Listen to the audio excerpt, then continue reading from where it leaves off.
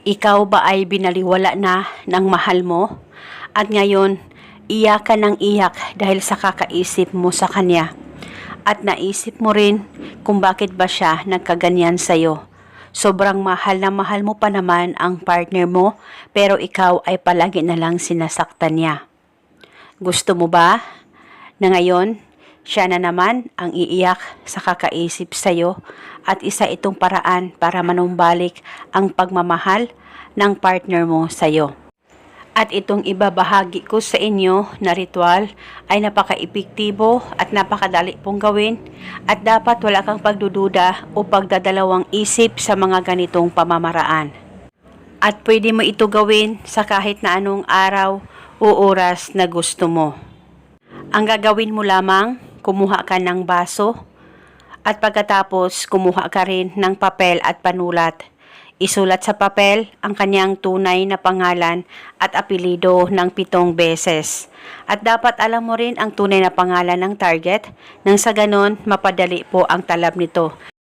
At itong ritual ay pwede gawin sa mag-asawa, boyfriend o girlfriend o sa magkarelasyon na malayo sa isa't isa. Ay pwede mong gawin ito.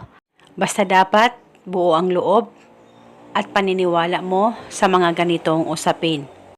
At pagkatapos mo nang masulat ang kanyang pangalan, ay ilagay ang papel sa baso na inihanda mo at kumuha ka ng isang sibuyas, malaki o maliit na sibuyas ay pwedeng gamitin.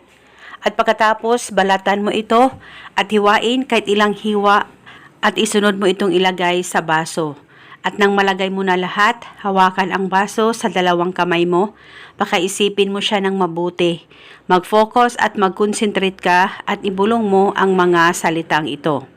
Pangalan at apelido, ikaw ay iiyak sa kakaisip sa akin kahit nasaan ka man naroon ngayon. Ibulong mo lamang ito ng 7 beses. At pagkatapos, itago itong ritual sa safe na walang makakakita at makakaalam. Pwedeng takpan at pwedeng hindi, depende po sa inyo. Itago ito hanggang 7 araw. At pagkatapos ng 7 araw, ay itapon mo ito at pwede ka gumawa ulit. Depende po sa inyo kung gusto mong ulitin itong ritual. At eto muna sa ngayon, maraming salamat po sa panonood. May God bless us all.